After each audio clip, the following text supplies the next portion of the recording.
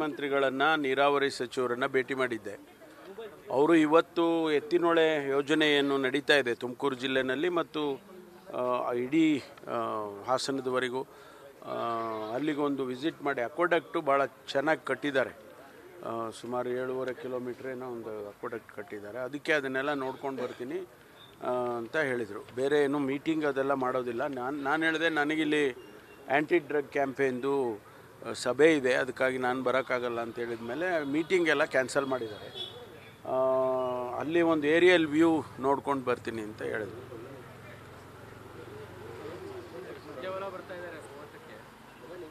ಅದೇ ಬರ್ತಾ ಇದ್ದಾರೆ ಅಂತ ಕೇಳಿದ್ದೀನಿ. ಅವರು ಏನಕ್ಕೆ ಮಾಮೂಲಿ ಬರ್ತಾ ಇರ್ತಾರಲ್ಲ ಅವರು.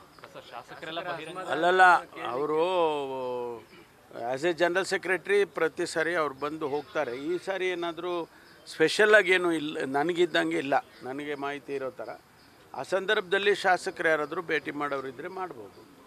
ಈಗ ಒಂದು ಕಾಂಗ್ರೆಸ್ನಲ್ಲಿ ಯಾರು ಅನುದಾನವನ್ನು ಕೇಳ್ತಾರೆ ನಮ್ಮನ್ನು ಬೆಂಬಲಿಸಿ ಅನ್ನುವಂಥ ಪರಿಸ್ಥಿತಿ ನಿರ್ಮಾಣ ಆಗಿದೆಯಾ ಸರ್? ಯಾಕಂದರೆ ಕಾಗೆ ಅವರು ಹೇಳ್ತಾರೆ DCM DK ಶಿವಕುಮಾರ್ ಅವ್ರಿಗೆ ಜೈ ಅಂದರೆ ಅನುದಾನ ಸಿಗುತ್ತೆ ಅನ್ನೋಂಥ ಮಾತುಗಳನ್ನೆಲ್ಲ ಆಡಿದ್ದಾರೆ. ಅದು ನನಗೆ ಗೊತ್ತಿಲ್ಲ, ನನಗೆ ಅದರ ಬಗ್ಗೆ ಮಾಹಿತಿ ಇಲ್ಲ. ಸರ್, ಸುರ್ಜೇವಾಲಾ ಅವರನ್ನು ಬದಲಾಯಿಸಬೇಕು ಅನ್ನೋಂಥದ್ದು ಏನಾದ್ರು ಇದೆಯಾ ಸರ್? ಪಕ್ಷದಲ್ಲಿ ಒತ್ತಾಯಗಳು ಕೇಳಿಬಂದಿದೆ.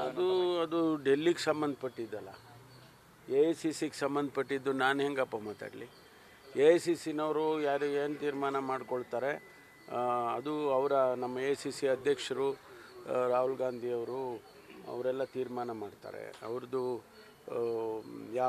ಯಾವ ಸ್ಟೇಟಿಗೆ ಯಾವ ಜನರಲ್ ಸೆಕ್ರೆಟ್ರಿನ ಹಾಕಬೇಕು ಅದು ರಿಷಫಲ್ ಒಂದೊಂದು ಸಾರಿ ಆಗುತ್ತೆ, ವರ್ಷಕ್ಕೋ ಒಂದು ಸಾರಿ 2 ಸಾರಿ ಆಗುತ್ತೆ. ಅದೇನಾದರೂ ಅವ್ರಿಗೆ ಬಿಟ್ಟಿದ್ದಾರೆ. Sir, there is too much of internal bickering in the Congress party. We have seen Siddaramaiah has gone with 3 to 4 of his close aides and met the general secretaries there. The BJP says that there is absolutely no governance unity in the Congress party. Everyone is after power. No, there is no such a thing called differences between chief ministers or other ministers. Yes. MLAs have expressed, a few of the MLAs have expressed their problems related to only to their constituencies. It's not a general governance.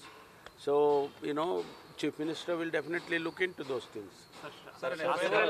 ಸಚಿವರ ಕೈಗೆ ಸಿಕ್ತಿಲ್ಲ, ನಮಗೆ ಕಾರ್ಯವೈಖರಿ ಬಗ್ಗೆ ಪದೇ ಪದೇ ಅಸಮಾಧಾನ ಆಗ್ತಾ ಇದೆ. ಹೋದ್ರು ಕೂಡ ಒಂದು ಲೆಟರ್ ಕೊಟ್ಟರು ಕೂಡ ಬಿಸಾಕ್ ಹೋಗ್ತಾರೆ, ಮುಖ ಸಿರಿಸ್ಕೊಂಡು ಹೋಗ್ತಾರೆ.